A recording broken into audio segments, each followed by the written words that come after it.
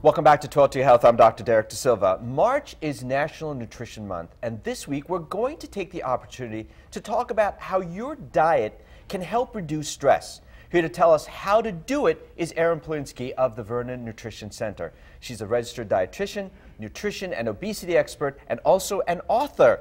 Welcome back to the program, Erin. Great to have you here. Thanks for having me back. So there are, you told me about this, 7 ways that diet can reduce stress. Right. Yes, it's kind of surprising, but there's definitely dietary impact on stress levels, and there's a lot of ways that you can just change simple little things in your diet each day to really reduce your stress levels and then increase your health. You know, I've always said you are what you eat, and this is really a reflection of you are what you eat, isn't it? Absolutely, yes. And let's get right into it here. First of all, avocados. An avocado a day may help keep stress away. How does that work? Right. Well, avocados are loaded with the healthy fats, the monounsaturated fats, and they're also loaded with potassium. And both those things help to stabilize stress levels and can reduce blood pressure. So you can use an avocado, you can put it into a salad, you could put it in wraps, or just make a great guacamole dip and snack on avocado. But that's a great way to help lower your blood pressure and stress levels. And including more foods high in potassium too, like bananas, can also help reduce the blood pressure. Well, again, bananas are loaded with potassium, as you said, right? The study and the data on bananas and on potassium, I know are there, and I know they do make a difference.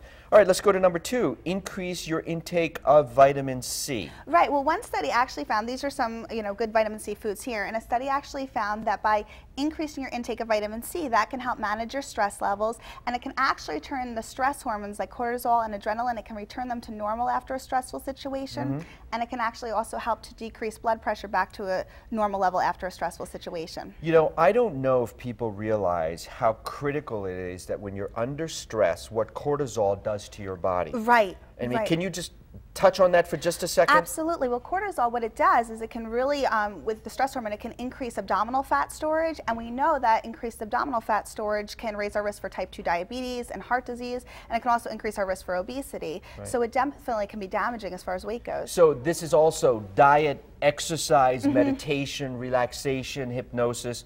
All of those things play a role along with this, which I think is extremely important. Oh, sure. So let's go to number 3. Swap the morning cup of joe for a cup of green tea. Right. Well, actually, they found that, if you're somebody that drinks an excessive amount of coffee, just by decreasing your coffee intake, that can help to manage your stress levels. By cutting back on the caffeine, it can reduce your blood pressure levels too. Now, if you replace that with something like decaffeinated tea, especially a decaffeinated green tea, that's loaded with antioxidants. So antioxidants help fight off those free radicals that cause stress to our body and cause disease. And then also we get the added benefit of less caffeine. If you're somebody that suffers from, say, stress-related insomnia, by decreasing caffeine, you're going to get better sleep, and that can reduce your stress levels as well. And the other thing that people need to be aware of is when it comes to excessive amounts of coffee, more than 5 or 6 cups of coffee a day will increase your risk for bladder cancer. So people have to be very careful, and this is not 1 cup of coffee a day, okay? This is 1 cup of coffee a day, so you're talking about 3 cups right there, and I think people need to be very aware of that. Yeah, it goes and just another point on there. Number 4, grab a turkey sandwich. How does that work? Well, you know how after a large Thanksgiving meal, you eat the turkey and you kind of feel a little sleepy and maybe a little relaxed after eating it? Well, that's because turkey actually has an amino acid in it called L-tryptophan, and what L-tryptophan does is it increases serotonin production in our body, and that's kind of like a feel-good chemical in our brain, so it can help to relax and calm us a bit, and in large amounts can make us feel sleepy. But if we keep it to a small amount, so say 2 to 3 ounces of lean turkey on some whole grain bread, and have that as a sandwich or even a half a sandwich as a snack, that can have a relaxing and calming effect on us throughout the day. Well, again, making sure that you don't load that with a bunch of mayo, right? Right. That's canceling out the effect. Exactly, that negates the whole effect. So what would you put on a turkey sandwich as a flavoring, if you would? Well, mustard's a great condiment because mustard is lower in sodium. It has relatively little calories, so that would be a great condiment. Or even something like hummus, because hummus is loaded with the monounsaturated fats, just like the avocado, so that would be a good topping too. I can't believe you said that, because hummus has become my new favorite spread, if you will. That's great. Yeah, and I use it all the time. What is hummus, by the way? Hummus is really just made from ground chickpeas, and then they blend it with olive oil, and then you can get it on all different kinds of seasonings. So you can get garlic, basil, things like that. But it is good. Super. All right, let's go to number 5. Include high fiber, carbohydrate-rich foods throughout the day.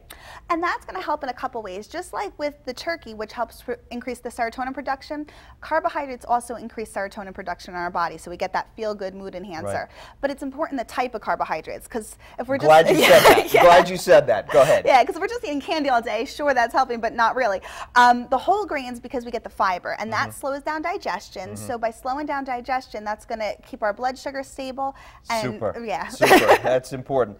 We got a little bit of time left. Real quickly, omega-3s. Omega-3s are great because they can prevent those stress hormones, the cortisol and adrenaline, from peaking. So that'll help to keep our stress levels at bay. And by the way, I'm going to be commenting on that in our, in one of our segments that are coming up here. So stay tuned for that. And last but not least, carry a snack at all times. Eating snacks throughout the day, like trying to eat every 3 to 4 hours, manages our blood sugar levels. And we know when blood sugar drops that we can get irritable, and we can have fatigue. No, you get irritable when your blood sugar drops? I didn't know that. Are you kidding me? Anyway, go ahead. So that's true. So that just makes you more stressed and more aggravated, and that's going to raise those stress hormones. So having balanced snacks, things that are high in lean protein, healthy fats, or fiber is going to help to balance our blood sugar. So some almonds, what else do you have here? Greek yogurt is a good choice because there's more protein in Greek yogurt than normal yogurt, so that'll keep you full a little bit longer. And even things like the soy crisps over there are nice because they have the soy protein and they also have the whole grain flour. Wonderful, wonderful. Lots of great advice. You know,